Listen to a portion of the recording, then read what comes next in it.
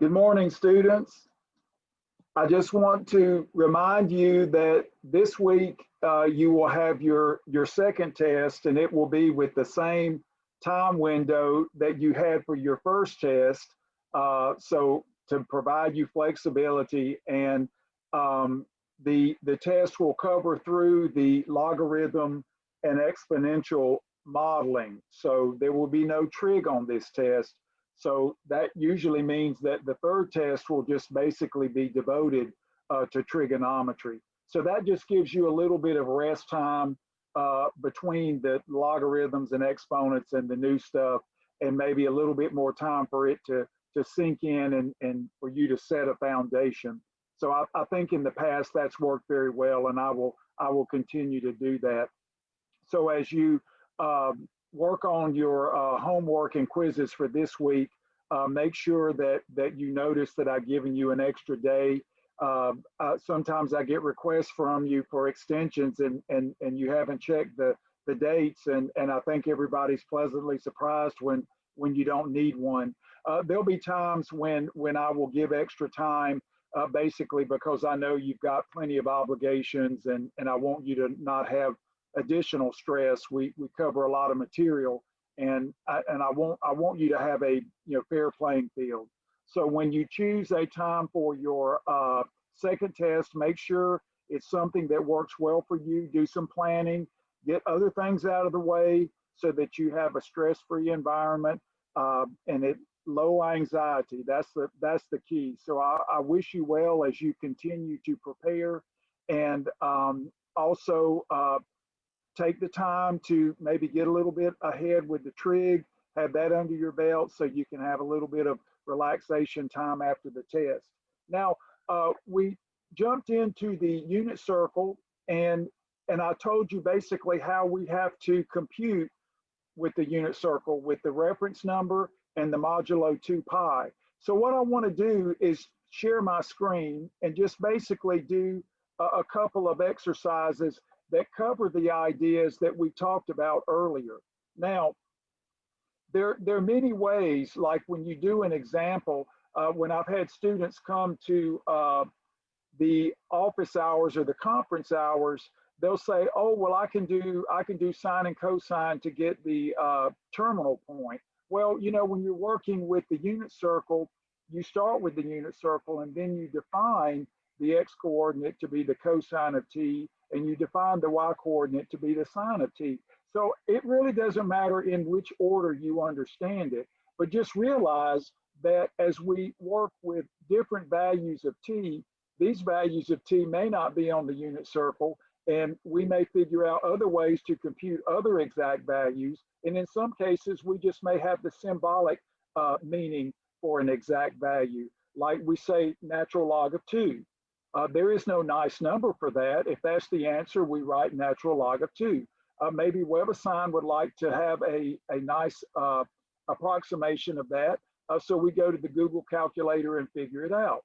So the idea is we can still do all of our exact computation and then get an approximation when it's necessary to keep all of our clients happy. And sometimes your client is WebAssign, sometimes your client is your math professor, or maybe someone that you work with as a colleague. And in the future, you will certainly have clients as STEM professionals. So what I wanted to do was just do a couple of exercises before we start talking about the graphs of cosine and sine. Now, what I wanted to remind you of is that when we computed on the unit circle and made the definitions, at the very end of class, I went over just a beginning of a proof to show that the cosine function was even. Well, we see that that's just a manipulation of signs and reference numbers, and can get a little bit, complicated, at least in terms of working with the arithmetic of the unit circle. But that's fine. Really what I want you to know, if you understand that, that's fine. If not, I really want you to respect the fact that when you compute the trig functions of certain inputs, 4 of them are odd: sine, tangent, cotangent, and cosecant. And the remaining 2, secant and cosine, are even. So you can always negotiate negative signs. You don't have to worry about them and do all of the calisthenics that we had to do when we did the tangent of negative 3 pi over 4. I wanted to show you several different ways to do that. But if you're on a test and you're thinking, okay, well, this is not on the unit circle, but I can use some basic techniques. So we have sine of the negative of 27 pi over 6. Well, the first thing we can do is we can factor the negative. The idea is that the sine function is odd, so the negative in the argument factors. So we can start with this. So this equals this. And then I taught you, and this is going to be a big theme today, the unit circle modulo 2 pi. That is, as we cycle around the distance of the unit circle, we're back to the point where we started. And so the 2 pi's basically are equivalent to zeros. So what we can do is divide. So we have equals negative sine. Now I'm doing this all within the calculation. Last week I did the little sidebar, but I just want to show you now that we've worked through that arithmetic, we can include the arithmetic in the actual computation. So now we just divide 27 by 6, and that will go 4 times with a remainder of 3. So we get 4 pi plus 3 pi over 6. So again, this is just the division algorithm where we think 27 over 6 is just 4 plus 3 over 6. That's just like when we did polynomials. So when you do number theory, if you go into a number theory class at the university, you're going to see a lot of parallels with the work that we've done with polynomials. Some of you may take more math courses when you get to the university, and number theory is really, really popular with the computer science majors. They have to take it because they have to understand cryptography, and they're the ones that make your bank accounts and your credit card companies safe, so that hopefully others don't hack into your account. So number theory is very useful in our technological world. So now remember, the 4 pi is like a 0, so we can replace it with 0. So we have negative sine. So we just have 0, and then of course I'll just replace this with pi over 2, the 3 into the 6. That'll give us 2. So now we've reduced this to an angle, or in this case, a measurement along the unit circle that's on the axis. It doesn't exist in a quadrant. This is on the axis. And so when we think about our unit circle and what we learned about it, on the axis at pi over 2, the sine, or the y coordinate, is 1. So that's something we already know, but we take the negative of it because of the negative here. So the calculation that you do can take on many different characteristics. Some students like to look at the unit circle and just wrap around and kind of do a visual, and that's fine. But there might be times like here where you don't have really nice numbers and you have to make them look nice, and then you can intuitively think about what this is doing. So with the unit circle, we're going to pass along this modulo 2 pi to the graphs of sine and cosine, and that's really going to make our work a lot easier. And really, the unit circle, again, is the best place to start when we think about graphs. So you'll have several calculations that you can do like this in your WebAssign, and this will give you more practice utilizing the definition of tangent, cotangent, etc., from the sine and the cosine. Now, another type of problem we were doing that I want to do as review is to do another algebraic expression. This will be helpful in this class, and then also as you move into calculus 1, 2, and 3. So we want to write secant t in terms of, in this case, cotangent t. Now, just like before, we need to say something about t. Where does it terminate? And in this case, I will say that t terminates in the 3rd quadrant.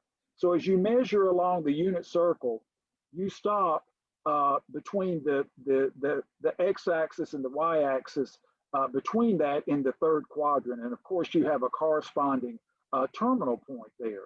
Now, in this particular case, when we want to, for instance, do this calculation, we want our secant t to be expressed in terms of cotangent t.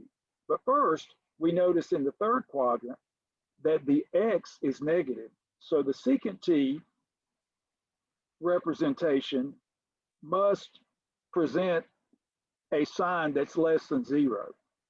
And now the cotangent, again, remember in the third quadrant, the x and the y are both less than 0. So just like the tangent, the cotangent of t will be positive. Now, what's interesting here is that we can only do this when we have this specification. If we don't have it, then the best we can do is maybe a plus or minus or an absolute value. We can't negotiate those if we don't have this further restriction. So there might be times when you're doing a calculation where you have to assume a certain restriction to move the problem forward. But usually at this point in time, you will be given that restriction. So now we have, well, we're thinking, what do we know about secant? Well, it's 1 over cosine, but that's a little, maybe not in the right direction. We have the Pythagorean identity, which is based on the fundamental identity. That is secant squared of t, and this is what I told you was really important from last week, will just be 1 plus tangent squared. That's the Pythagorean identity, where we divided the cosine squared plus sine squared equals 1 by cosine squared to get the 1 plus tangent squared equals secant squared. Now, this is in a good direction because we know cotangent and tangent are reciprocals. So we can replace tangent squared with 1 over cotangent.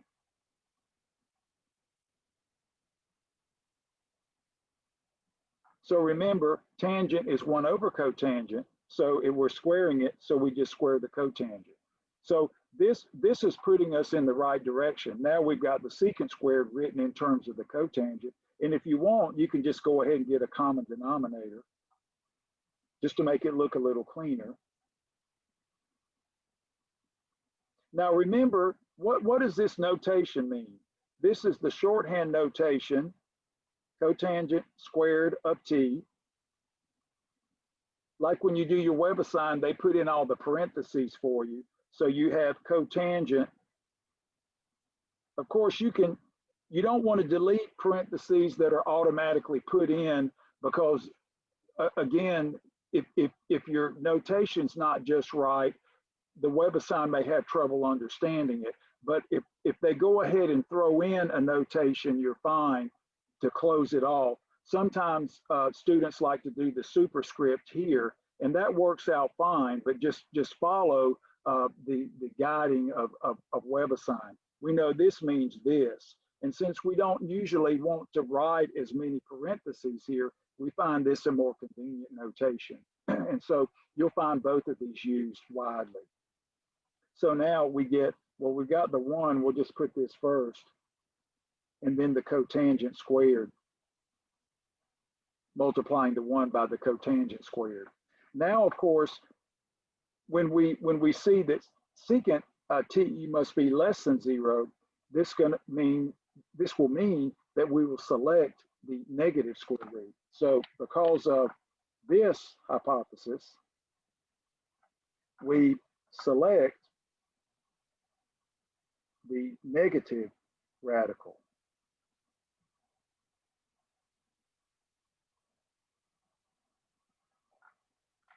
And so now we can just do, this will imply that secant t will be the negative radical of 1 plus cotangent squared t divided by cotangent squared. Now, of course, we can just apply the power rule. We can take the square root of the numerator and the denominator. We'll just leave the negative upstairs.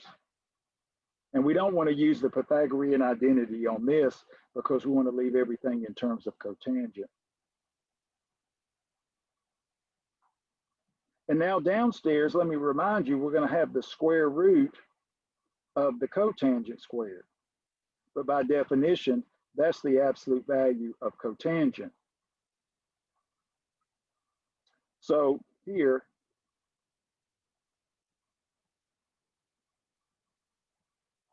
and now we'll be able to negotiate this. The cotangent in the third quadrant is positive. So now the absolute value is just the cotangent. So we have to use the given information to negotiate the square roots and the absolute values.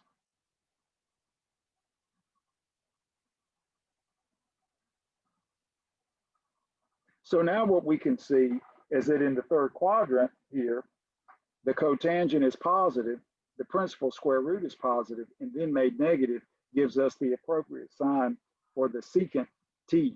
So again, this expression must present a sign that is consistent with t terminating in the third quadrant. So this sign convention that we do is only based on the x's and y's.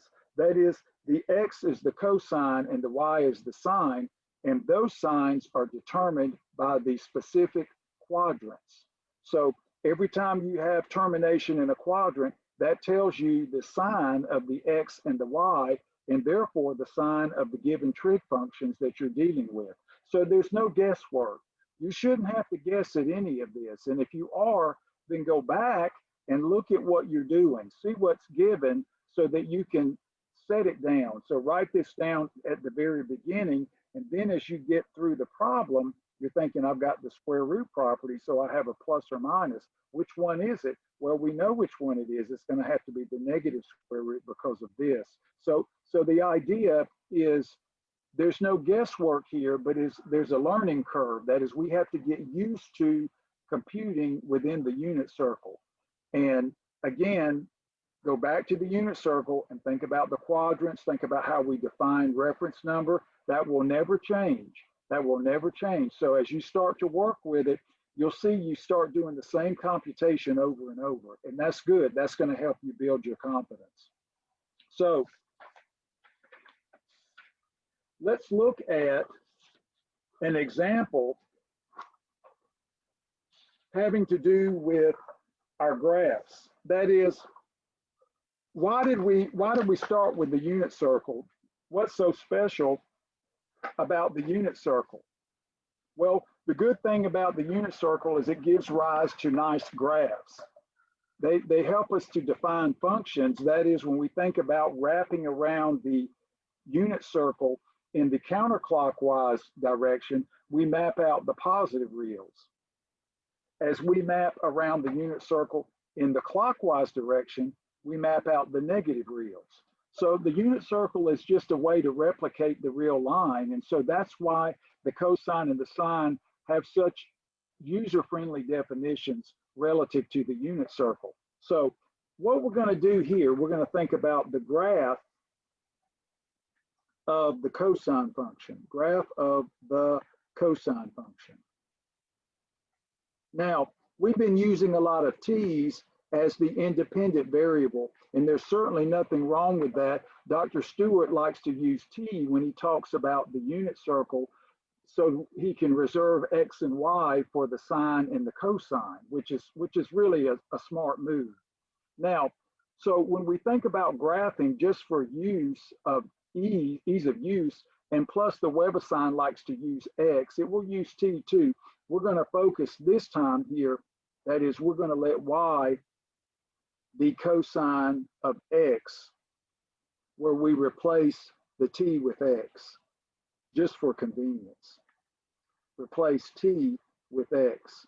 Now, this has the same properties as any other cosine function, but we start out with the t and then think, okay, cosine t is x or whatever. Don't get confused by that. Just realize that we can use any value we like, and for the most part, this will make an easier transition to graphs where we think of the x-axis and the y-axis.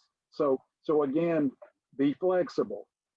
Now, what we want to do is consider what the unit circle gives us. Based upon S1,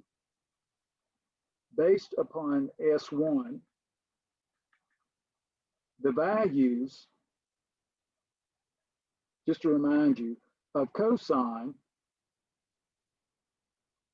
repeat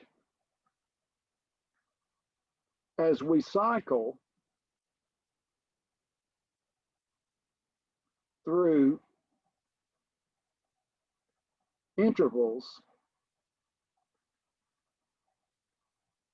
of length 2 pi.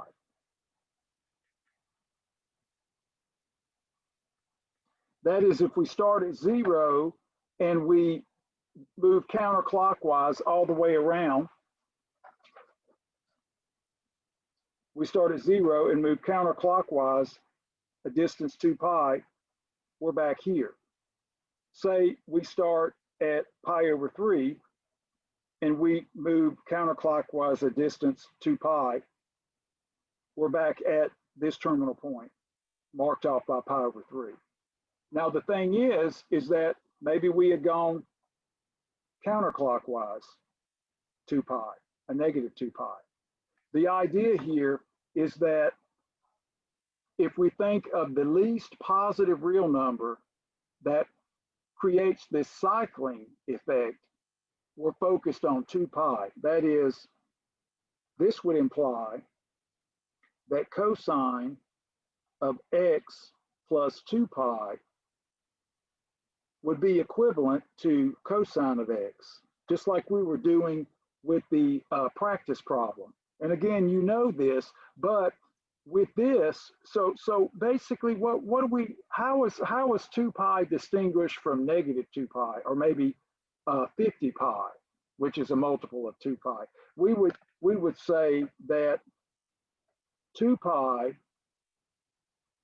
is the smallest positive real number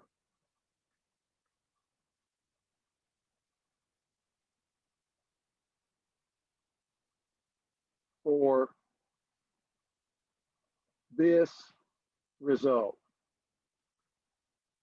So 2 pi is the smallest positive real number for this result. That is, we couldn't put a pi in here or a pi over 2 and expect to get cosine of x. This is the smallest for this result. But we can extend that. So we're thinking, so we might say, okay, the distinguished period for cosine is 2 pi. So we might say cosine is 2 pi periodic.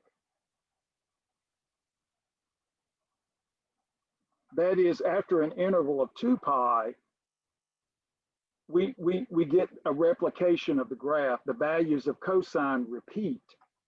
But in general, if we call 2 pi a period, that is, we say that 2 pi is a period of cosine. And in a lot of ways, we think of this as the distinguished period. But then again, this implies that if n is an integer, then we can add, as we already well know, any integer multiple of 2 pi and not change the output. So in essence, 4 pi is a period of 2 pi because we can add that real number to x and not change the output. 6 pi, 10 pi, negative 6 pi, negative 1000 pi. Any integer multiple of pi, 2 pi, that's added to x will not impact the input. So this is the more general equation here. So physicists love to say, well, you know, cosine and sine have infinitely many periods. That's true. but we tend to focus on this smallest candidate, 2 pi. And that's why we say 2 pi periodic. So I just want you to know that formally, we're always looking for the smallest positive real number that gives us this result. And we see that it's 2 pi. And that's simply, ladies and gentlemen, based on the unit circle. So now, what does that do for us? Okay, well, you're thinking when we did the transformations, we would pick up maybe 3 or 4 points and move those points via the transformations to get the quote unquote new points. And so we're thinking, can we do the same thing for cosine, given that we have a decent picture of the parent? So let's produce a picture of the parent function like we do square root of x or y equal x squared, and then basically utilize that to get new graphs or to get the pictures of new graphs, just like we did in our college algebra review. And here's what I'm going to do for you. We're going to have 5 principal points that correspond to the values of t on the axes. So let's do this. This is easy. And you can graph any cosine or sine function this way with complete accuracy. So we're going to get the maxes and the mins and the zeros, so to speak. So we have x cosine x. So we'll do 0. Now, when we think of cosine of 0, we just think of the unit circle. That's 1 because that's the x coordinate. Pi over 2, 0, pi, -1, 3 pi over 2, 0, and then 2 pi back to 1.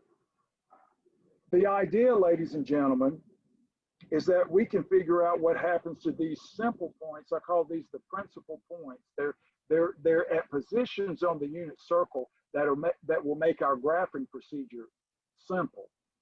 And then we say, okay, well, let's get a picture of the parent.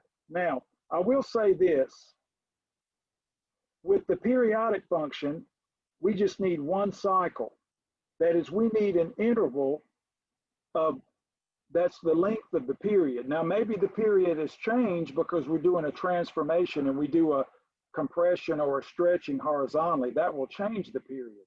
So in order to affect a graph of a periodic function, all we need is one cycle. That is, we need the graph over one complete interval of periodic length. And that means that we just take that piece and replicate it over and over and have the complete graph. So we just need one cycle. So now, why does Professor Ryan choose these points? Well, notice they're equally spaced. So we have a 0. And we don't need common denominators here because this is easy. Pi over 2, pi, 3 pi over 2, and 2 pi. Now, what we can do is just go ahead and mark off the points on the y-axis. Let me use the black here. So we'll have 1 and a -1. So now at 0, we have 1. At pi over 2, we have 0. At pi, we have -1. At 3 pi over 2, we have 0. And at 2 pi, we're back to 1. Now, the cosine function, just like the exponential functions and the logarithmic functions, are nice and continuous and smooth. So we don't plot 5,000 points. I mean, that would help, but here's what the cosine function looks like when we fill in all the points. We need some calculus to verify this, and you'll see this in your Cal 1 class.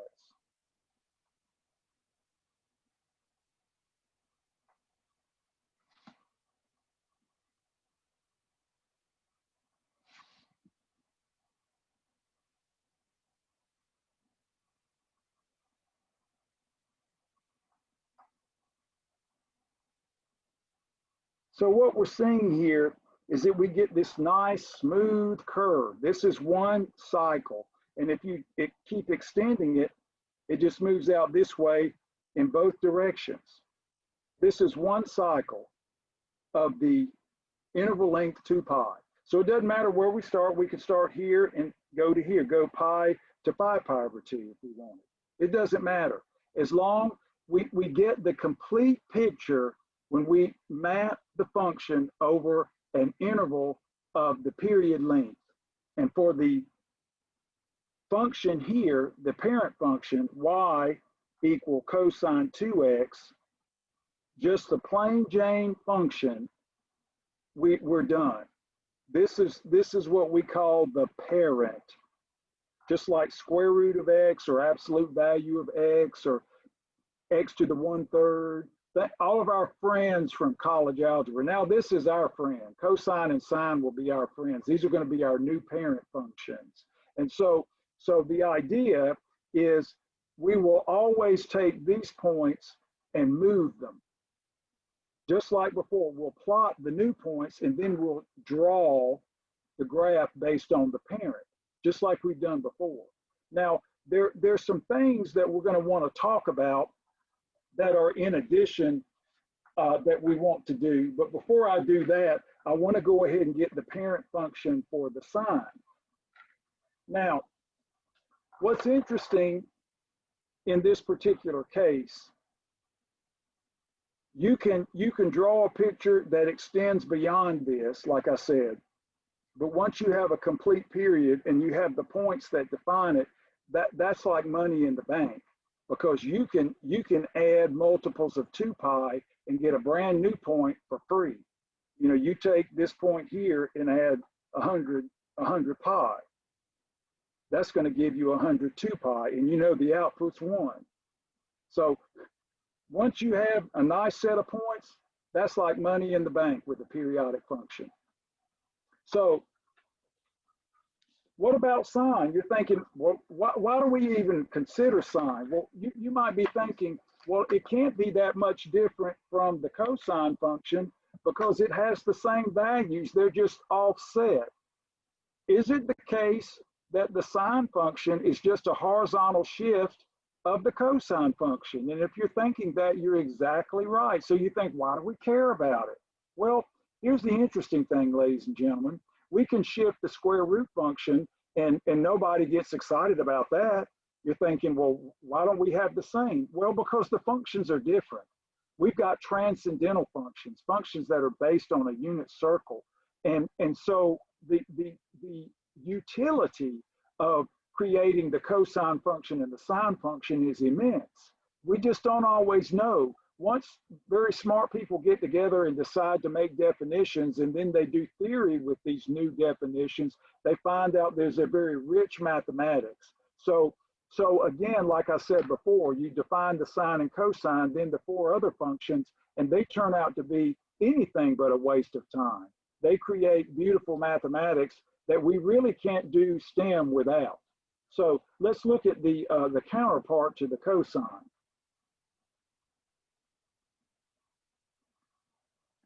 So when we think of sine x, do we have the same song and dance? Absolutely.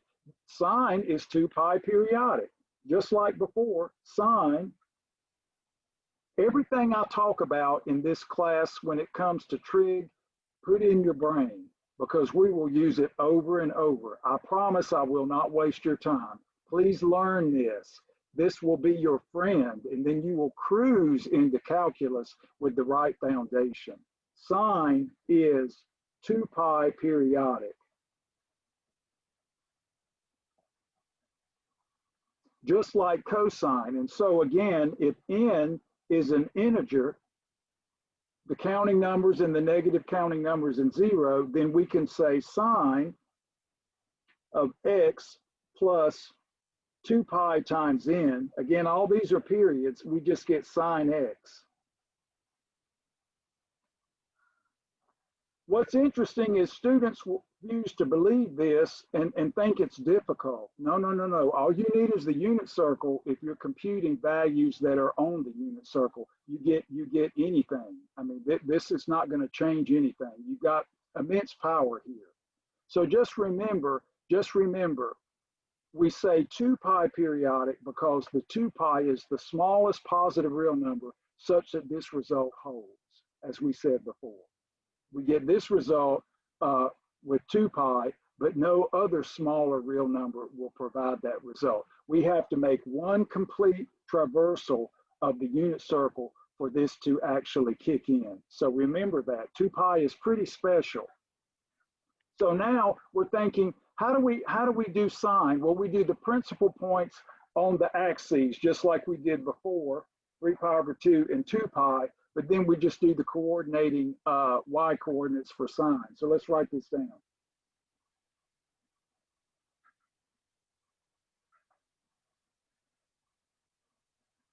So we have a 0, and of course, looking at unit circle, sine of 0 is 0. Then we have pi over 2. Sine of pi over 2 is 1. Then we have pi. Sine of pi is 0. The zeros are offset too. So, I mean, there are some distinct differences. Sine of 3 pi over 2 is -1. And then, of course, back to 2 pi, which is really back to 0, we get 0.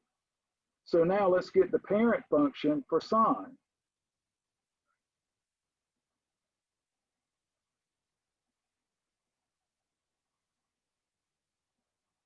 So now, if you will, we have a 0, pi over 2,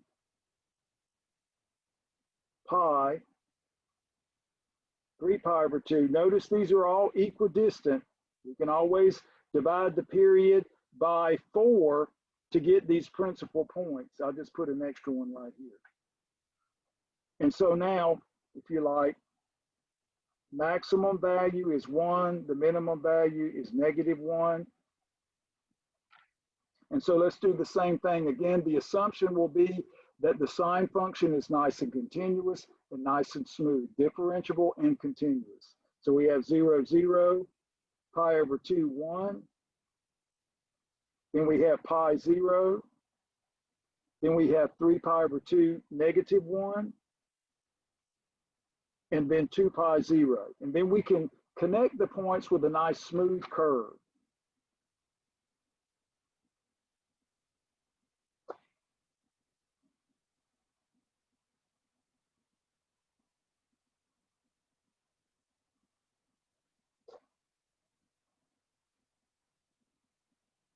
Now you might be thinking, Professor Ron, why does it have the concave downward and then upward? You know, that's a calculus question, ladies and gentlemen. So we can't answer that now, just like the calculus questions about logs and exponents. We did a whole lot of work with logs and exponents without knowing any calculus, even though we acted like we did. So we're going to do the same thing here. We're going to say, okay, we will accept this as the parent for sine x. This nice function that cycles. And we know that objects in our real world that cycle, like vibrational objects, when it comes to physics and technology, the trig functions, they are the modeling function for those particular objects. Again, when you take your physics and your engineering, you will live with sines and cosines. They will be your building blocks. And then of course, you electrical engineers will study the Fourier analysis, and that'll keep you very busy. But if you want to understand electricity and magnetism, you have to understand sine and cosine series. Again, Fourier developed all of that in a beautiful theory of partial differential equations. So yeah, the sines and cosines are pretty important. Now, what we can see here is you're thinking, let's just go back here and put in the points for the cosine function. Let's do that. We know what they are. 0, 1, pi over 2, 0, pi -1, 3 pi over 2, 0, and then 2 pi 1, and fill this in.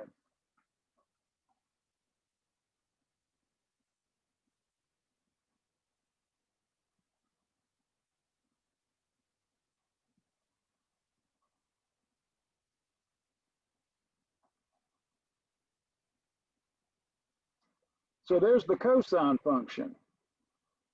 And like we said before, just by definition, what we see is that the sine function is just really a right shift of cosine by what? Pi over 2. So we see that sine x is just cosine of x minus pi over 2. That is a right shift by pi over 2 units. Again, we take this curve and we shift everything over pi over 2 units, and it will coincide, the blue curve will coincide with the red curve. So I think it's very interesting that these curves are so closely related. And then you think, well, you know, we can get creative here. I mean, if you think about this, there's got to be some kind of theory that will also evolve from these kinds of equations. That is, we're going to develop difference equations and sum equations with cosine and sine, and then those will validate what we've written here.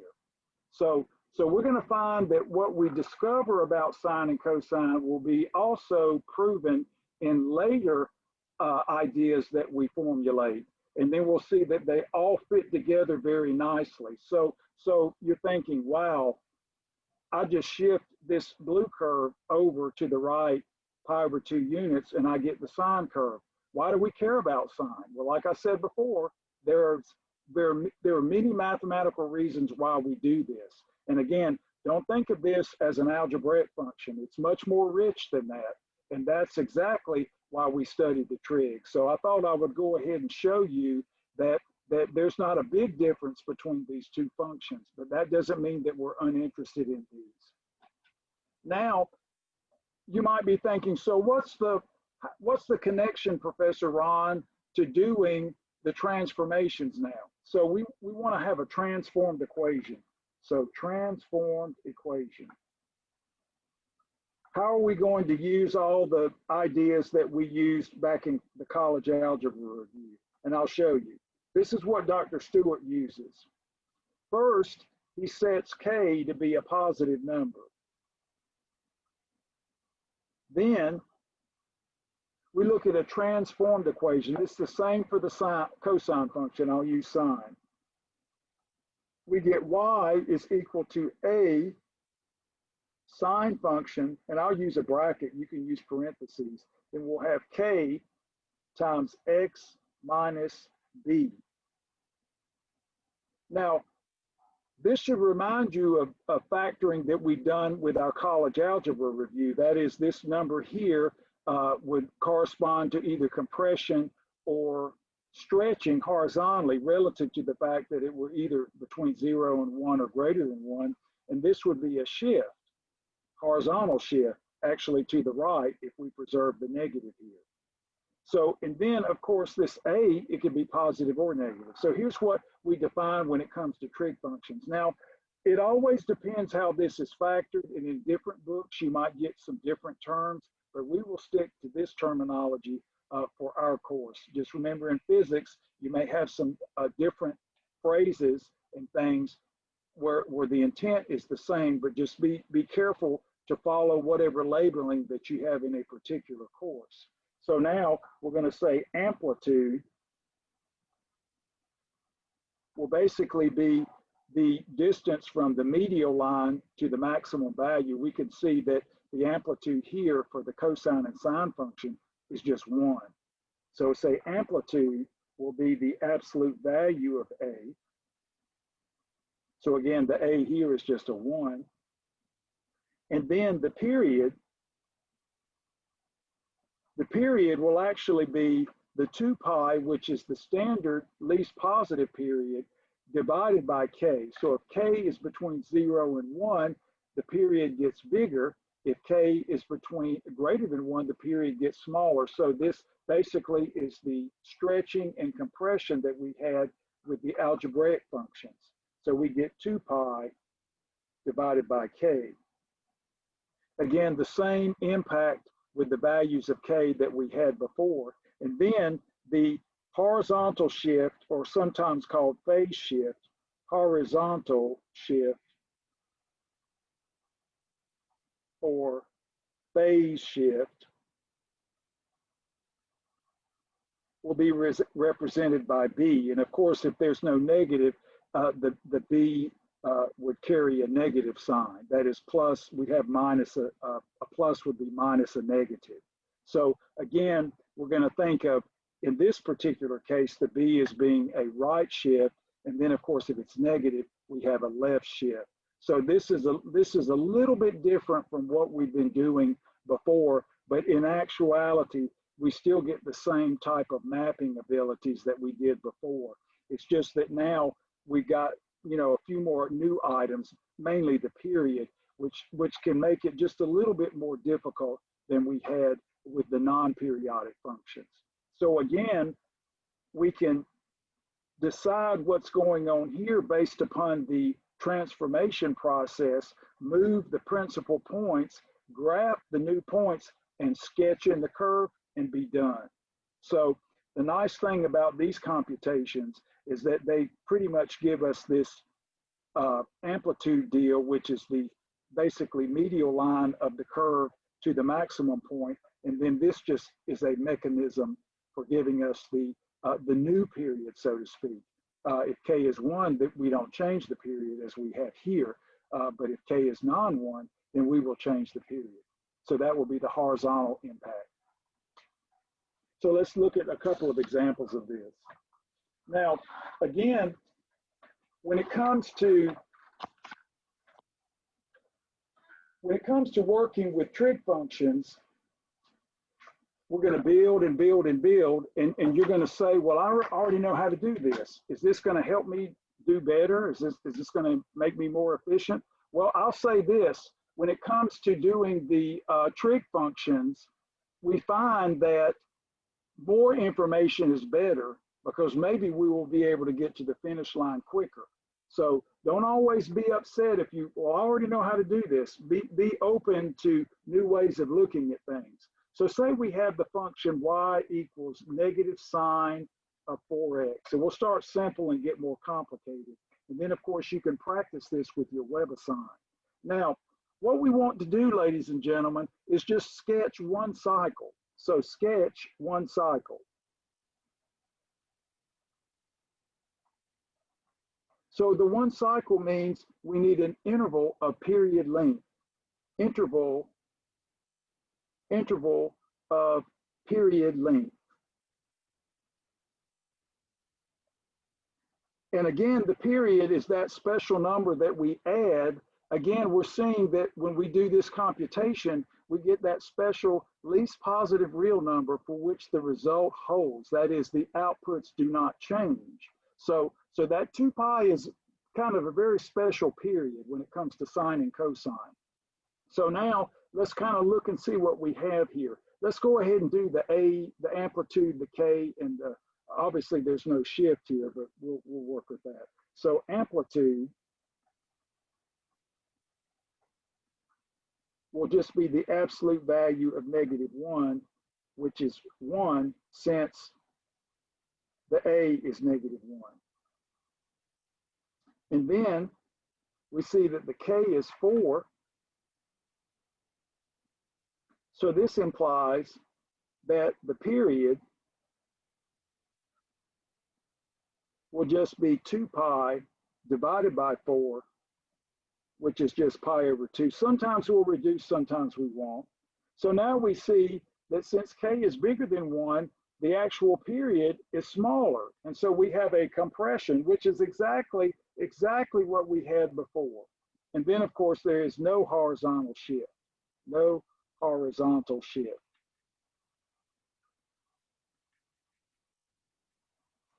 The only sad part is that physicists and mathematicians often have some different terminology. So you always have to pay attention to how we define these. And then if they have some different terms, make sure that you look at their equation and see what they're actually targeting. Because every book can come up with its own set of ideas. Unfortunately, in physics and engineering, there are conventions that do stray at times, but the main emphasis is the same for math and physics and engineering. So now we can say our parent function is sine x, and then we think, okay, Well, how can we get to this new function? Well, let's start out with the H compression by 4. H compression by 4. So we compress by a factor of 4. That means that we're going to make the x coordinates smaller by dividing them by 4 or multiplying by the reciprocal of 4, which is 1/4.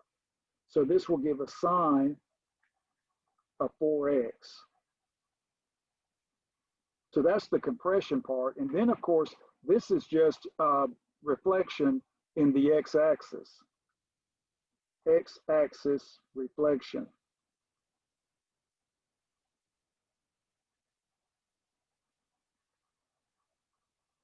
So when we think about what we're doing in this particular case, this looks just like what we did before. No difference. Negative sine of 4x. But now we're doing this preliminary bit here. So now what we can do is say, all right, let's just write down the principal points and get the new points. So we have 0, 0, pi over 2, 1, pi, 0, 3 pi over 2, negative 1, and then 2 pi, 0. So again, these are the principal points on the axes of the unit circle, outside the boundaries of the quadrant, so to speak. And then we do the H compression by 4. So we divide all of the x coordinates by 4. So 0 over 0. And then, of course, we get 2 times 4 is 8. So we get pi over 8, comma 1. And then we get pi over 4. We can get a common denominator if you want to make it easier to graph. And then we get, again, 3 pi over 8, 2 times 4, negative 1. And then, of course, 2 pi over 0. Now, what we're seeing, again, these are all spaced by pi over 2 units. Pi over 2, pi over 2, pi over 2, pi over 2. Now, because that's 2 pi divided by 4. Now, notice when we think about this particular case, we're taking the pi over 2 and we're dividing by 4, and we get what? Pi over 8. So these are all separated by pi over 8. So if you want, you can get the common denominator, 0, 0, pi over 8, 1, and then 2 pi over 8, 0, 3 pi over 8 is already done for us.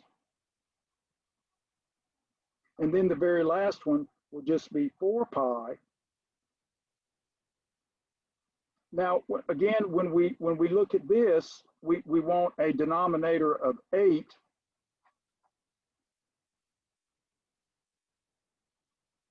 But I didn't change this one. That's pi over 2. That looked kind of weird. See, the math always tails on you. So now we get 4 pi over 8. How funny.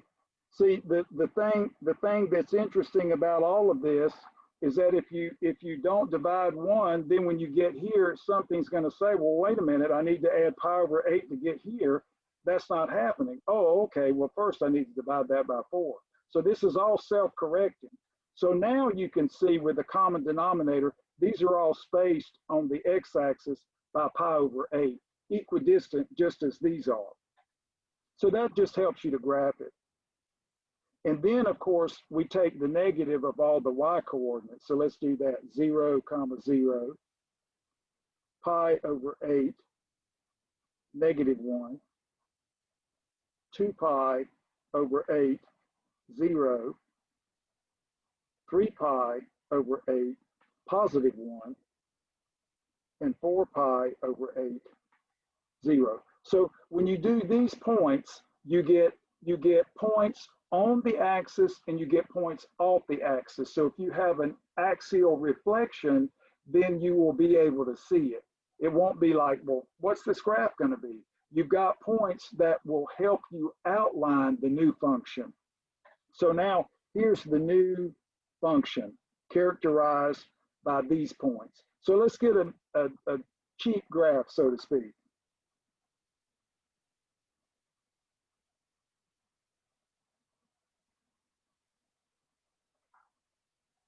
So now we can go ahead and plot these. We'll just space them out, 0, pi over 8. We can use any scale you like. Spread it out so you can see it, unless you just kind of restricted by some numbers. And then 2 pi over 8, 3 pi over 8, and then 4 pi over 8, which is pi over 2. And then now, of course, we have 1 and -1.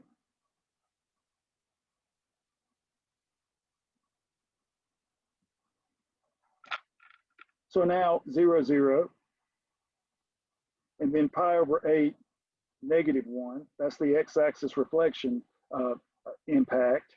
And then 2 pi over 8, 0. And then 3 pi over 8, 1. And then 4 pi over 8, 0. So again, we were going like this, now we're going like this. So we invert when we do the axial reflection.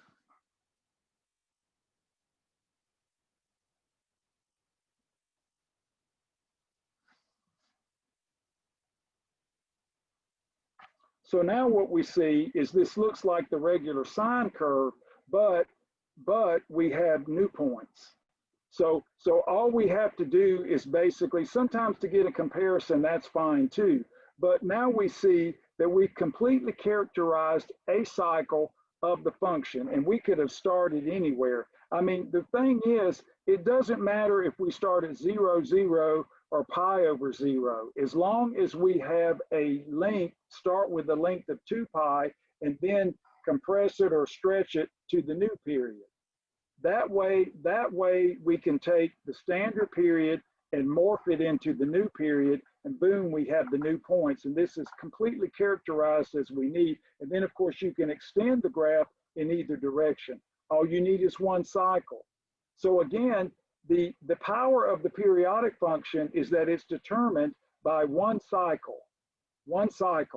And so that's why we compute the period. And we would obviously want to know about any shifting. And then, of course, we want to know, like the medial line, how far from the medial line to the maximum point or the minimum point. And because the cosine and sine functions are bounded, the amplitude makes sense. We don't do amplitude, you're thinking, I've already told you that the tangent, cotangent, secant, and cosecant will definitely have vertical asymptotes. So amplitude won't make any sense there. So we don't care about that. But we will care about the period, and we will care about shifting, because that, you can shift your vertical asymptotes around. You can shift the points around. So those are important. But again, the amplitude won't make any sense in that matter. So the idea, I want you to look at this and say, this is no different from what we've done before. The thing is that now all of this work is exactly what you did in college algebra, with just the modification of the periodic function. And so you don't have to do an elaborate amount of work. You can even do a minimal amount of work if you're trying to move to the next problem quickly. But you can always completely define the function by this analysis. And then, of course, as the problems get more difficult, if you try just to do everything shorthanded, then you'll end up paying the price. So students find it's like they try to take shortcuts, and then they end up spending 3 times as much time on the problem because they have to rework it 3 or 4 times. If you had done it correctly to begin with, you would have done it in a fraction of the time. So sometimes shortcuts don't make sense unless you actually understand what you're doing.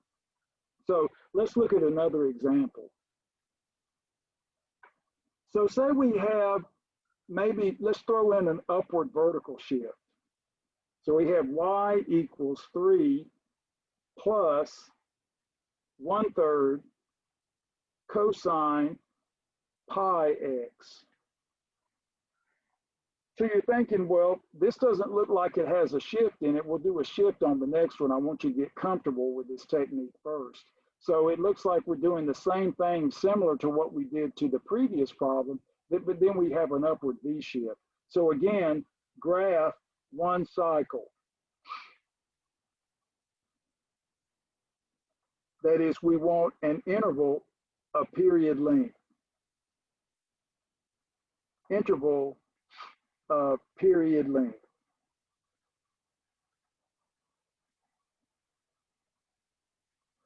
So again, the starting with the original period and doing the same type of analysis is what makes this very doable. So now we look at the A here. So the amplitude, maybe WebAssign will just ask you about the amplitude and the period, maybe no graph or anything.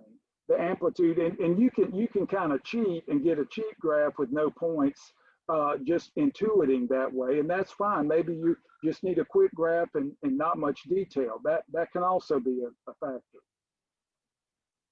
So this will be the absolute value of 1/3.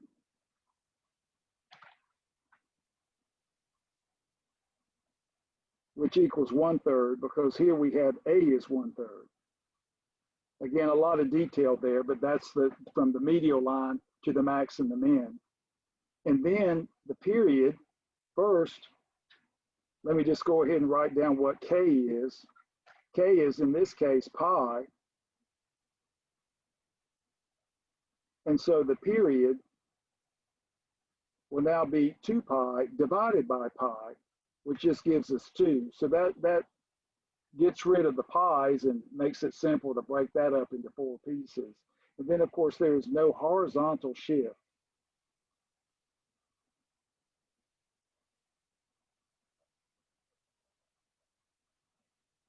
So when we think of the 2 pi divided by 4, 2 divided by 4, this gives us 1/2. So that would mean that the points in our new period, the principal points, would be separated by a distance of 1/2. So now let's look at the principal points for the cosine function. So we have 0, 1, just use your unit circle, just move along the axes, 0, 1, pi over 2, 0,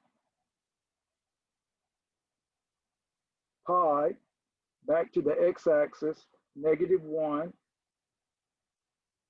3 pi over 2. So we're on the lower end of the y-axis, the negative portion. That gives us 0. And then back to 0, which is equivalent to 2 pi, which is 1. So we have 1, -1, 1, and then the two intermediaries are 0. So now let's follow the, okay, and I've got my setup here, but first let me go ahead and write out the mapping. So cosine x, again, we'll have, if you want, we'll do h compression by pi, h compression by pi, and that will give us cosine pi x. And now, of course, the 1/3, that's vertical compression by 3. Vertical compression by 3, 3 times smaller, or multiplication by 1/3.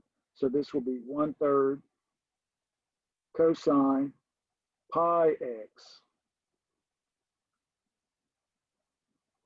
And then lastly, we get an upward V shift by 3.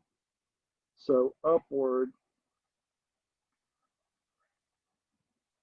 V shift by 3. So that gives us 3 plus 1/3 cosine pi x.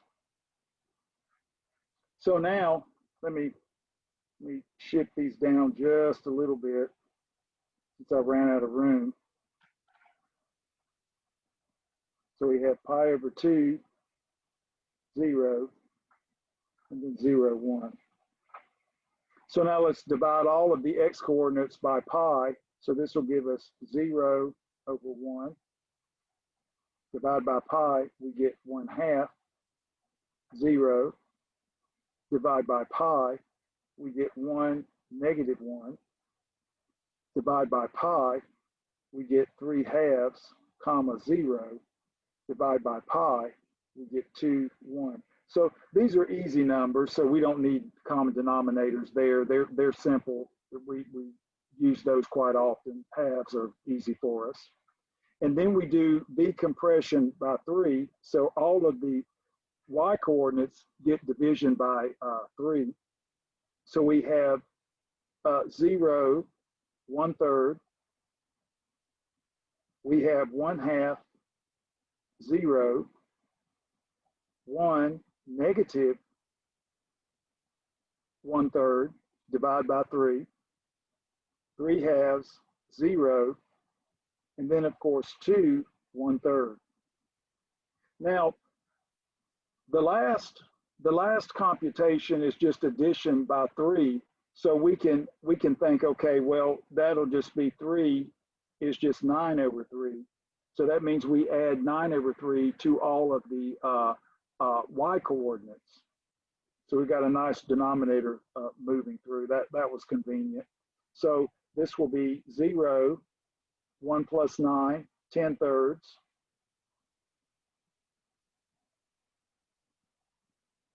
Now here, when we look at this, we just have what, 0 plus 9 over 3. We'll keep everything with the denominator of 3 to make it easier to graph. And then here we subtract. So we say negative 1 plus 9, that'll be 8/3. So 1, comma, 8/3. And then of course 3/2, 9 over 3. And then like up here, 1 plus 9 is 10. So we get 2, comma, 10/3. So again, here are the new points. Easy, but the idea, and again, we've got compression in both axes. We tend to want to spread out the x coordinates so it's easier to draw, but then of course we could also spread this out or keep it bunched up. It just really depends how you want to space the points on the axes. So we can cheat. So let's just say we have something like this. We just want one cycle. So I'll spread this out a lot.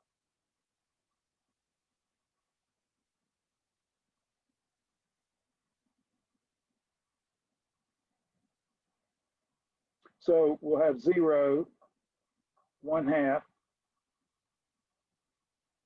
1, 3/2, and a 2. So I still spread this out quite a bit, but we'll make this a little bit larger here. So we'll do like 1, 2, 3. And so we'll have, well, that's going to be too big because I'm going to get up there with the numbers. So let me make this a little bit smaller. If I make the division smaller, then the graph's going to be that much more cluttered.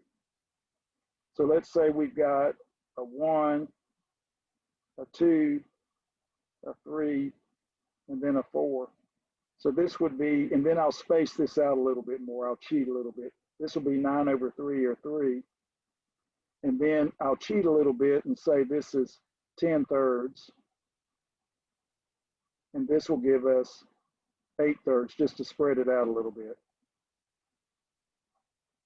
So again, this equals 3. This equals 3 1/3. And this will be 2 2/3, which are these numbers.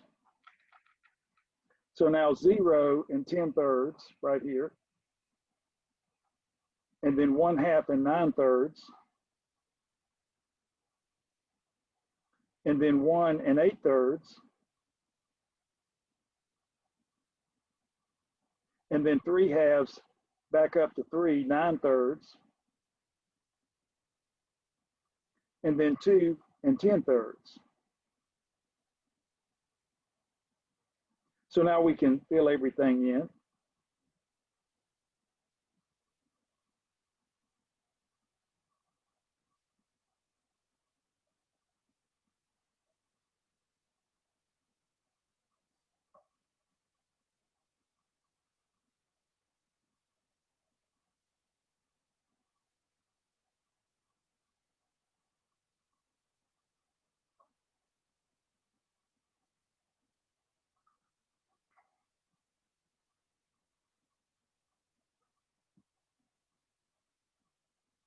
So we have our cosine curve that's compressed horizontally and compressed vertically. And so we can plot these points. 0, we got all the points here, 10/3, 1/2, 3 or 9/3, 1, 8/3, 3/2, 9/3, and 2, 10/3. So again, the beauty here is that depending on the model that you're working with, this completely defines it, and you can move to any point you want on the x-axis. Now maybe the model only works when the x's are positive. Maybe they're even more restricted than that. But again, this completely defines the function, one cycle. So we need an interval of period length. We figure out that the period is 2. We have, again, we start at 0, we end with 2. So we have an interval of length 2. So regardless of where we start, we will have one cycle. I mean, it may start here and then end there if we start right here. Or maybe it starts here and it ends there. It just depends, one cycle. I think what we feel better about is that if we start with the principal points here starting at 0, 1, then we can shift and do things and then get the cycle that's quote unquote closest to the original one, but it doesn't matter.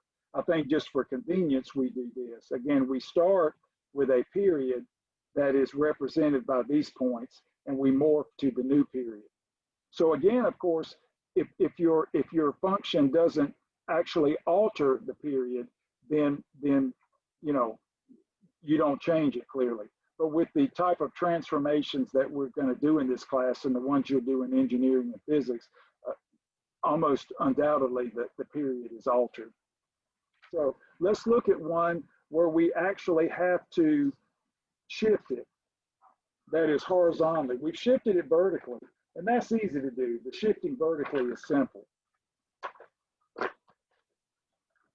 So let's do an example where we actually do a shift that is horizontal. So let's look at this. So again, when you think about the amount of arithmetic you need to do, what you want to do is make your graph user-friendly. If you can't plot the points, the principal points on the new graph, then you didn't do enough arithmetic. Okay, so that's the key. If you can plot the transformation of the principal 5 points for the sine and cosine, then you've done everything you need to do. So now let's look at this example. We have, in this case, y equals 1 plus, and this doesn't have a vertical stretch on it this time, so that's interesting, cosine of 2x plus pi over 4. So we want one cycle, graph, one cycle. So when you look at this, you're like, well, it's not factored like the standardized form. That is, when we think of the standard curve, we have the k factored, and then we have the x. In this case, will be plus a b, so minus a negative. So it looks like we're going to have a shift to the left this time. But we need to factor that, and then we'll be good to go. So now, just doing a little bit of algebra. First, what I'm going to do is just a technique I've been doing throughout the course, is multiply and divide by 2. So of course, 2 times 4 is 8. That way you can see the factor of 2. I often do this in my calculus 1 and 2 classes. It's better to be sure about your factorization than to guess. And then of course we have 1 plus cosine. I'll use a bracket. So we'll have 2 times x plus pi over 8. Doesn't matter what the numbers are, they can be unfortunate, but just there's more arithmetic. So now you can see that the k is equal to 2, the a is 1, and now here the b is negative.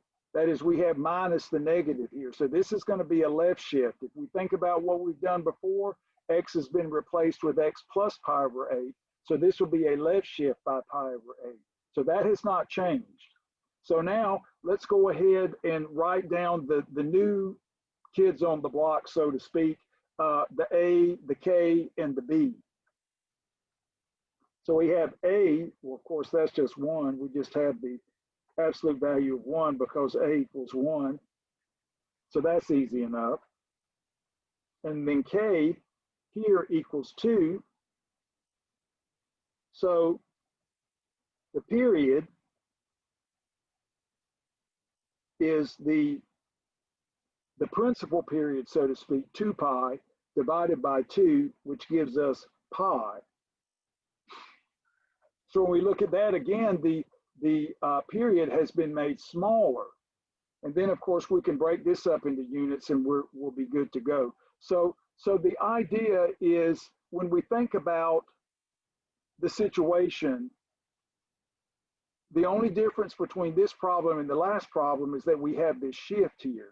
So now, let's write this down. We've got b equals negative pi over 8. So this corresponds to a left shift by pi over 8. And note here that we have pi divided by 4. That gives us the distance between the principal points in the new period. So we'll need to verify that. Now, of course, we'll have to maybe change to a nice convenient denominator of 8 to be able to do this without, messing up the arithmetic. So that'll be easy to do. So first, let's go ahead and write down our mapping like we did before. Again, I'll go ahead and do this first before I do the principal points to keep everything in line. So now we've got what? Cosine x. And we can do the horizontal compression. So we'll do h compression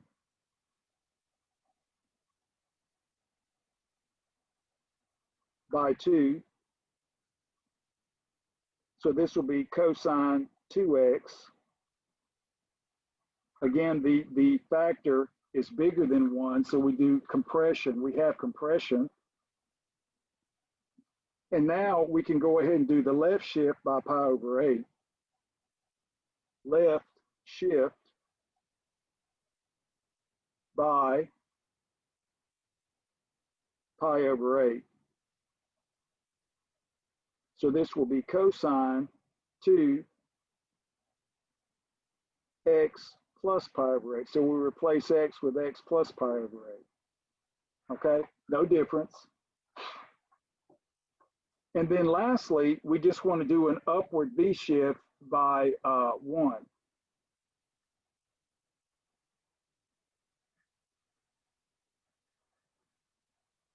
Upward v shift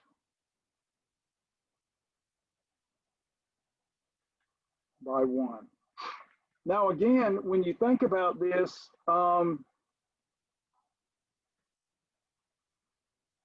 and we make comparisons between what we've already done, once you figure out this technique and you get to calculus, you're going to figure out that you'll keep doing this. I mean, calculus is not going to be very beneficial to graphing functions like this. You'll quickly do this out and get a quick sketch and be done with it.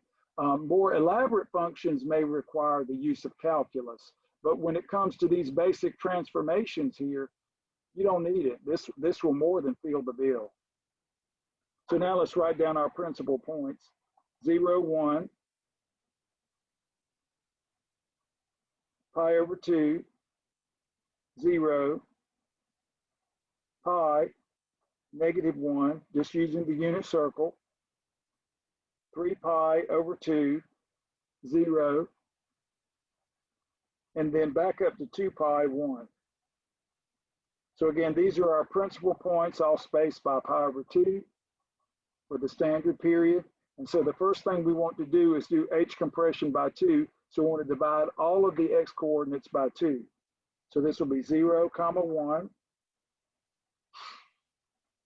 And then we have pi over 4, 2 times 2, 0.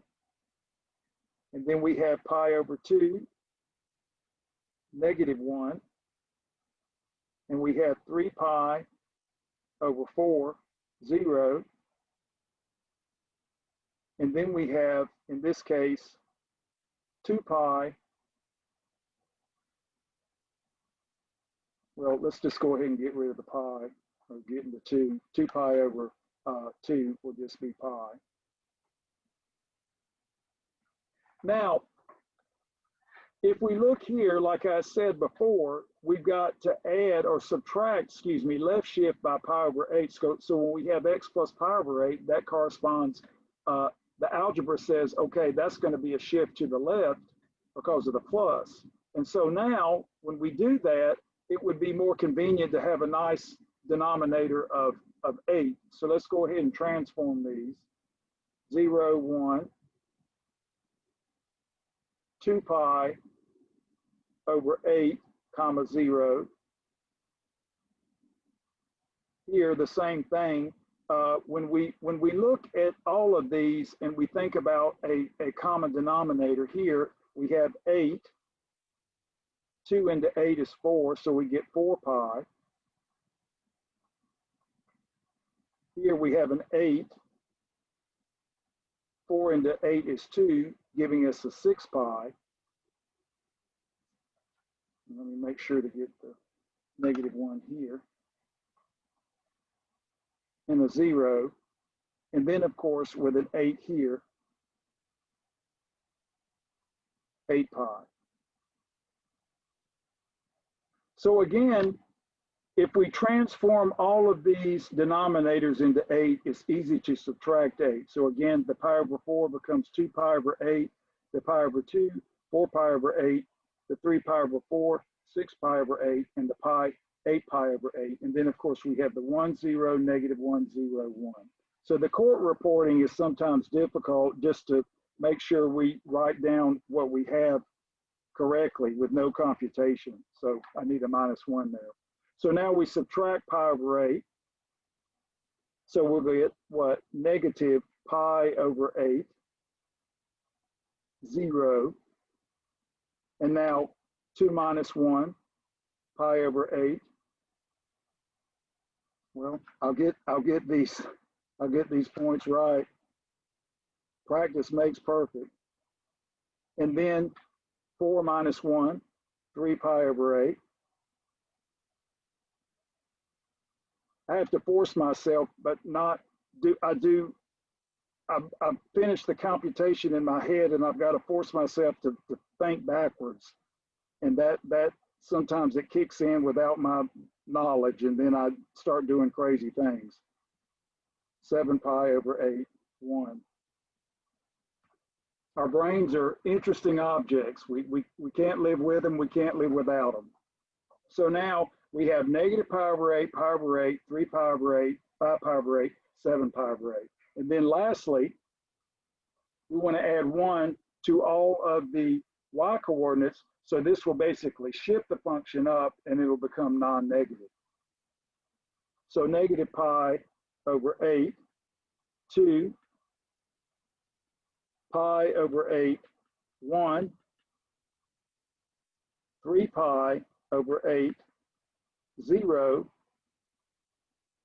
5 pi over 8, 1, and 7 pi over 8, 2.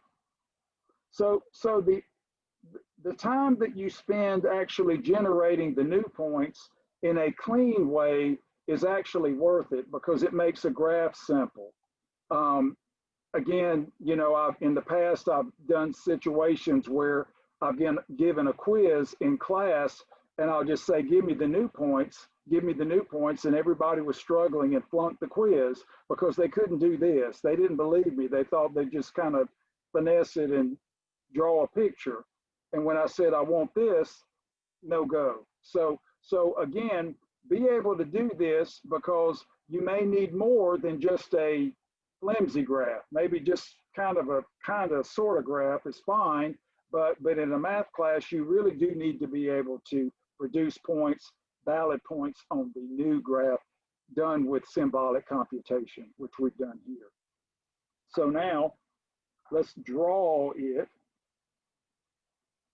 I used to say drawer because if you're from Great Britain, you know, you put an R in the all, drawer, and students always thought I was being silly. I said, no, it's fascinating how people speak.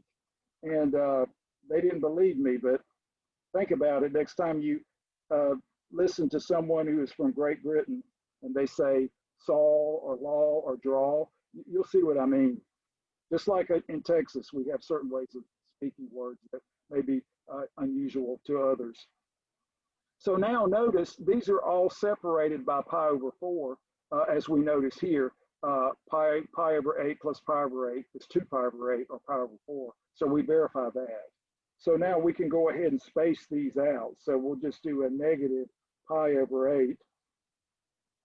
Then we got 0, pi over 8, and then the 2, and then 3 pi over 8, and the 4, and then 5 pi over 8, and then the 6, and then the last one, 7 pi over 8. So you don't have to put in all these tick marks, but if you actually get the common denominator, it's very simple to space them and provide a much more informative graph, as I've said many times. And then, of course, now the y coordinates are all non-negative. So we have 0, 1, and a 2. So now, if you will, negative pi over 8, 2. And then we have pi over 8, 1. So this technique is really, you can't improve upon it. Again, the idea is that when I started doing this my first semester at the South Campus, everybody thought I was crazy. And then by the next term, they were all doing this. And I was just a new professor. And then I became full-time at the North Campus. But absolutely, students don't mess up their graphs when they do it this way. You're always correct because it's self-correcting as you work through it. So now we can think, all right, well, I've got this cosine curve, so I can connect all the points with a nice smooth curve.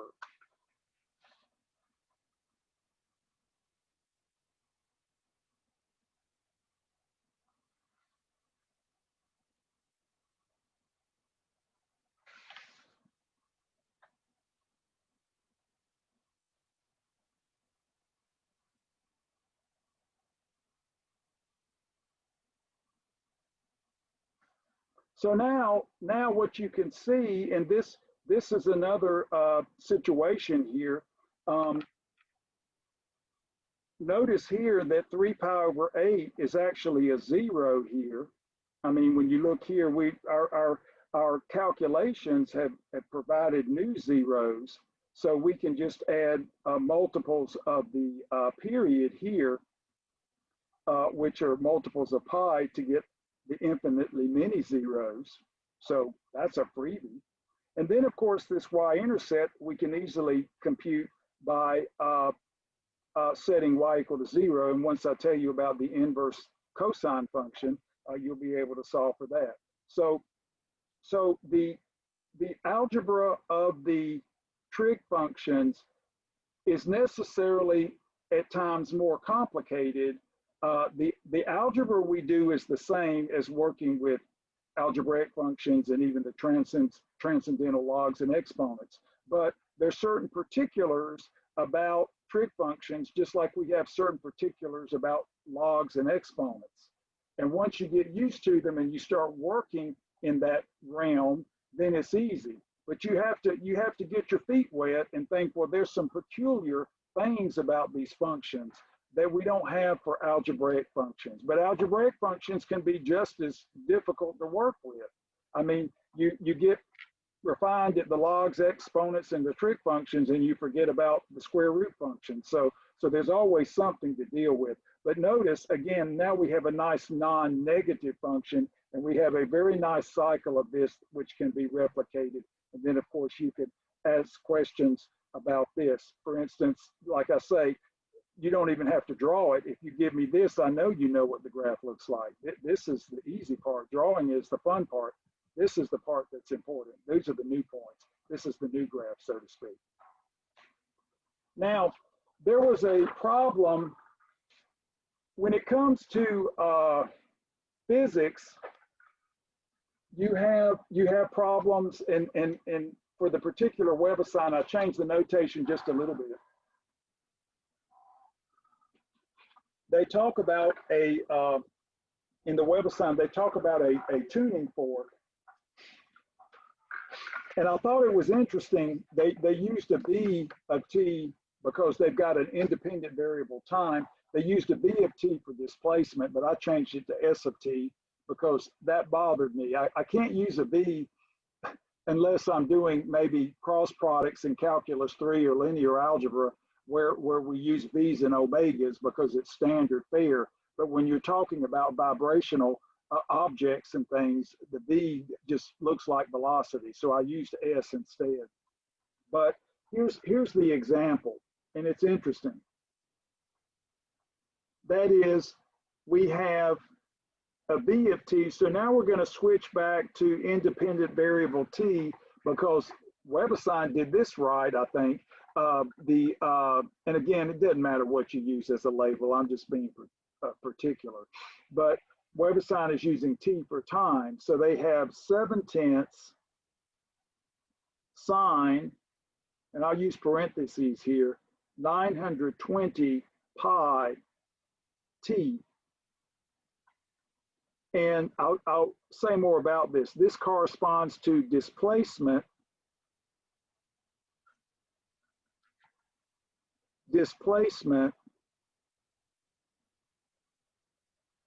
I'll just go ahead and use their letter since I wrote it. Displacement of I'll tell you what this is, the time, not time, the time in millimeters at time t in seconds.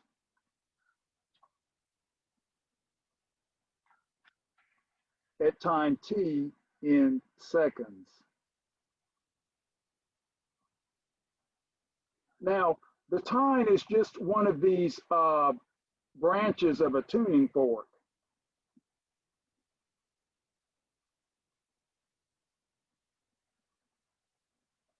So you've got this tuning fork, and you hit the tuning fork on a hard surface, and that sets it into vibration. And this is the time right here, one of the branches. This is the time. And this is actually this is starting to bug me. I'm going to change the V to an S. I'm sorry. I thought I could stand it, but I can't. So the thing is that when you strike this, you get displacement, and it's periodic. That is moving up, down. So one cycle would start here, back, like this. But this is moving so fast as it vibrates, it'll have a resonant frequency. So you'll hear a pitch and it'll be moving in a cyclical nature, periodic. So what we're seeing is that the displacement is that of a sine function. So it's moving like this. So it, again, it's like that. But it's moving so fast, you can't perceive it. That's how frequencies are with music. Clearly, you know, the mathematics and the physics marry very well to produce a theory that allows us to understand acoustic properties. And tuning forks are just kind of a miracle of physics. So when you look at this, again, the displacement is so fast you can't even realize it. And let's just see why. So now, again, t is in seconds, And what we want to do is first get the amplitude. Let's just get the basics of this and then draw a little picture of it. The amplitude will just be the absolute value of 7/10, which is 7/10.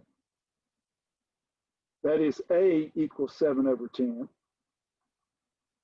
And now the K will just be 920 pi. So the period, again, now remember, ladies and gentlemen, the independent variable is time. So the period would just be 2 pi divided by 920 pi. The pi's absorbed, and then we divide by 2, so we get a 460. So for every 1/460th of a second, you have the period of this function. So that's tiny. That's tiny. Now, what does this mean?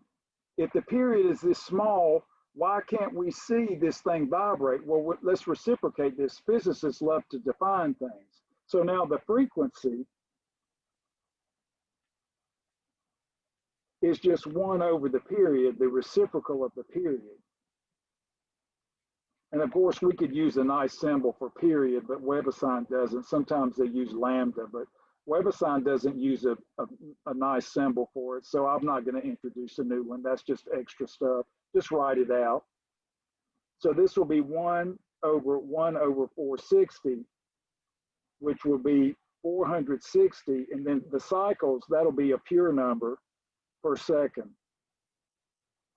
So the vibration, the number of cycles that this actually exhibits in 1 second is 460. Not going to see that. I mean, you know, if you slowed it down, then yeah, fine. You know, watch the National Geographic where they slow down the wings of a hummingbird, you know, then you can see it doing this. But that again is periodic, very fast. So the idea is that the physicists take these transformed trigonometric functions and they utilize them to describe phenomena in our real world. And so we see that the trigonometry and the calculus and the physics were just, you know, tied together inextricably. That there was no other way to describe what goes on in the physical world without the mathematics. So the physicists say that physics is the mother of all science. And then of course the mathematicians say, well, there wouldn't be much physics without math. So I think both sides have finally agreed to accept the other as being very important. But let's face it, ladies and gentlemen, without the language of mathematics, there is no physics. I mean, we would see phenomena, but we would not be able to describe it. So the end all is the mathematics, but try to convince a physicist of that. I mean, they have their brilliance and their purpose, just like math professors do, and of course future STEM professionals as yourself. So the beauty of this is that when you take your physics classes, you'll see all of this at work, and you'll see how the understanding of the mathematics makes the physics come to life. And then of course, when you're in the lab, maybe you're going to be doing some acoustical analysis with tuning forks and oscilloscopes and things like that. And of course, you know, the study of physics is endless, just like mathematics. So depending on your course at the university, you may take more math, more physics, depending on what your engineering degree specifies. And of course, these days, you don't have time to take a lot of extra classes, but schools don't allow you to do it. So you just have to take what's prescribed. And then if you want to take more classes, you'll just have to go online after you graduate and sign up for the classes as a non-student, so to speak. Sometimes it's great to take a class just to learn and not have to worry so much about restrictions and things. But I don't know, these days, I think once you all get out of school, you'll probably stay out of school and educate at your new job. So how can we take this information and get a picture of this? Well, it's easy to do. Let's go ahead and do it. Now, notice we have sine x. I thought this would just be a fun problem. We have to have some entertaining problems in mathematics. Everything can't be dry and boring. Well, maybe you think it is, but you know, math is not fun, ladies and gentlemen. Math is challenging. Math is tedious. But when you know how to do it, that's when the fun begins. Okay, you have to know when to say fun. It's not fun at the beginning, but once you master it, that's when the fun starts.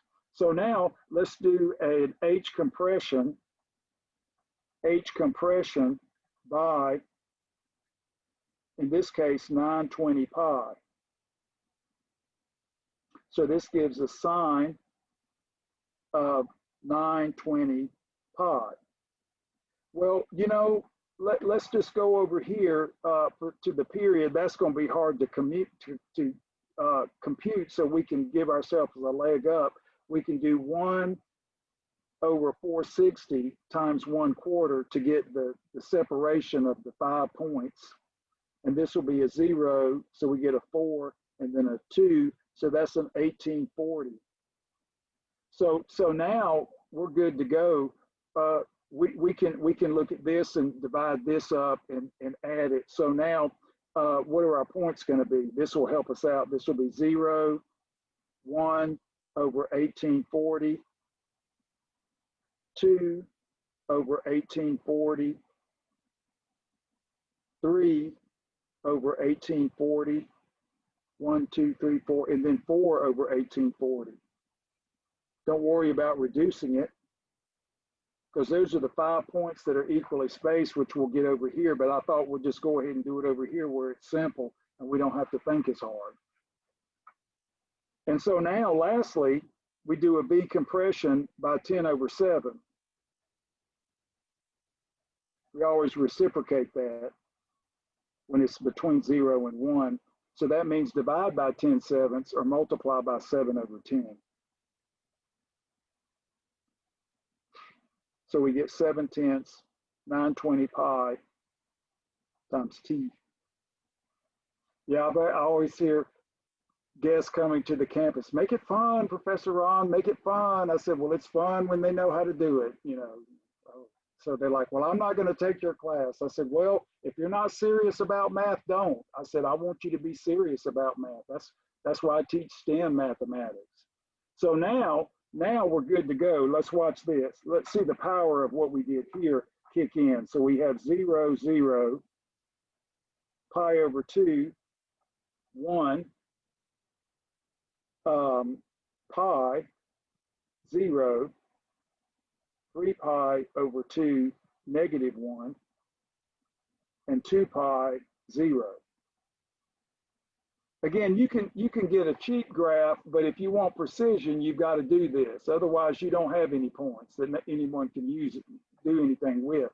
So now we divide all of the x coordinates by 920 pi, but boom, they're all right there. We just write them down. 0, 0, 1 over 1840, 1. Yeah, you all are probably thinking, yeah, Professor Ron, you do mathematics like we live in 1840, you know, like no calculators. No, we use calculators, but trust me, if you all did math like they did in 1840, I wouldn't have any work to do. You'd already know everything. And you probably think, well, that's not true. I don't know. They did a lot of good work before the fancy computers. So 3 over 1840, -1. So we're just filling these in. And then 4 over 1840, 0.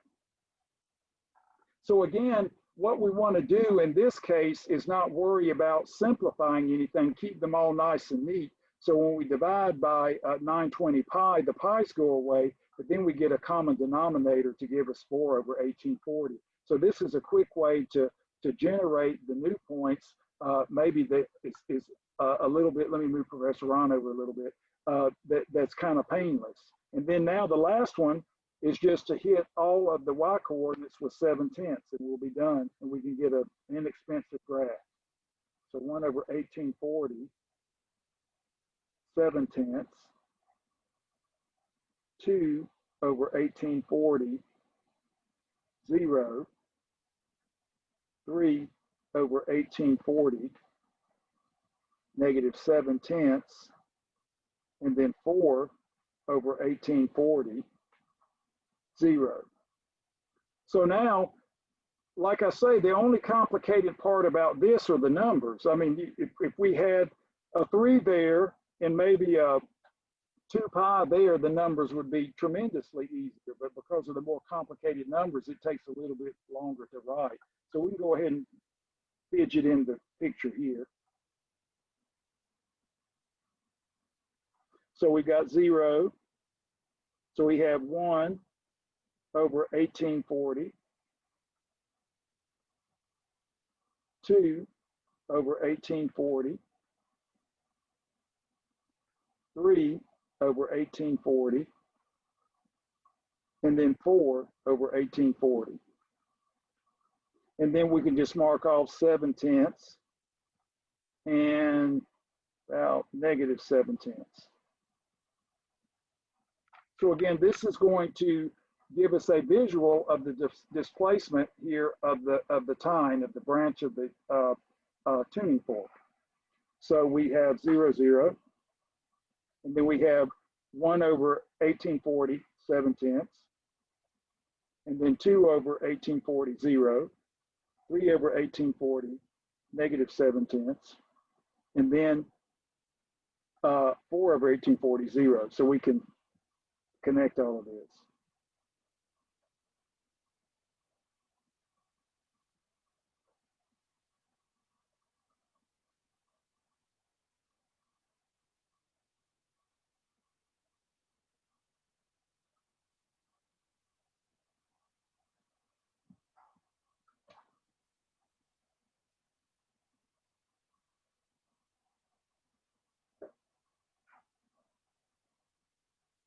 So now, when we look at this particular graph, again, this is just sinusoidal.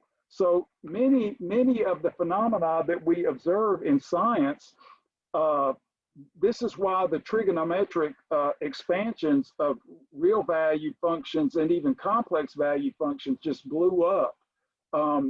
Our existence with electricity and magnetism is based on wave motion, okay?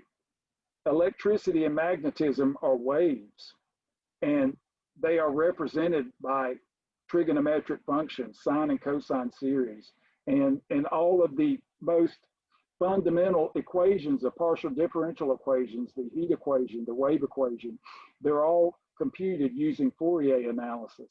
And so the beauty of the Fourier analysis is that it begins with trigonometry. And then when you take Cal 1 and Cal 2, you get your dose of differentiation, integration, and then your dose of infinite series, which kind of give you the introduction to working with series, sines and cosines that you're going to see in differential equations and partial differential equations. So you future engineers will actually benefit. Most of the students that come back and talk to me, they'll say, well, you know, I really had to work hard on the fundamentals. You know, they said, Professor Ron, sometimes I was just kind of getting by and not putting in much time. And then I had to go back and dig deep to really get a more thorough understanding. And I understand this. I mean, that happens. They admitted it. But then, of course, the students that worked really hard at San Jac, they never had an issue. I never heard one thing from them except, oh, I've graduated, you know, I'm done, kind of thing. So again, the building blocks to doing STEM are definitely found in mathematics. I mean, as early as Algebra 1, general math, college algebra, pre-calculus, the calculus sequence, fundamental equation solving and differentials and partial differentials. So again, just remember that you will see more and more of this as you move through. So get the fundamentals down of the unit circle, computation on the unit circle, and then how it basically overlaps into the sine and cosine, which are defined by the unit circle. So we're basically doing college algebra on sines and cosines. Now for the next class, we won't meet Thursday, but for the next class, we'll talk about the other trig graphs and then the inverse trig functions and how those interrelate with what we've already done. So just remember to select a good time for your second test, and I've given you all a little extra time for the homework and the quiz for this week, just to lower, like I said before, lower anxiety, to give you a little bit more chance to get things done. But once you complete that test, dig in deep to the trigonometry and just the basics. Again, we will come back to the basics over and over and over. We'll come back to the unit circle. We'll do all of this stuff like we're all just parrots saying the same thing over and over. So I appreciate your attendance today. Good luck as you prepare for your quizzes and your homework, and also good luck on your next test. We'll see you later. And if I don't see you at, Thank you. oh, thank you. If I don't see you at office hours or conference hours, then I will see you next week. Everybody take care. Be safe. Thank you. You too. All right. Thanks. Oh, I will. The minister got mad at me Sunday because we met at church and I played and I didn't have a mask on, and she said, "You better put one on or I'm going to kick you out." So I learned my lesson. Professor Ron doesn't always listen to other people, but go figure, right? You know, I'm stubborn, and that's why I make a good math professor. Bye, everybody. Bye. Bye, thank you. Have a good day. You too.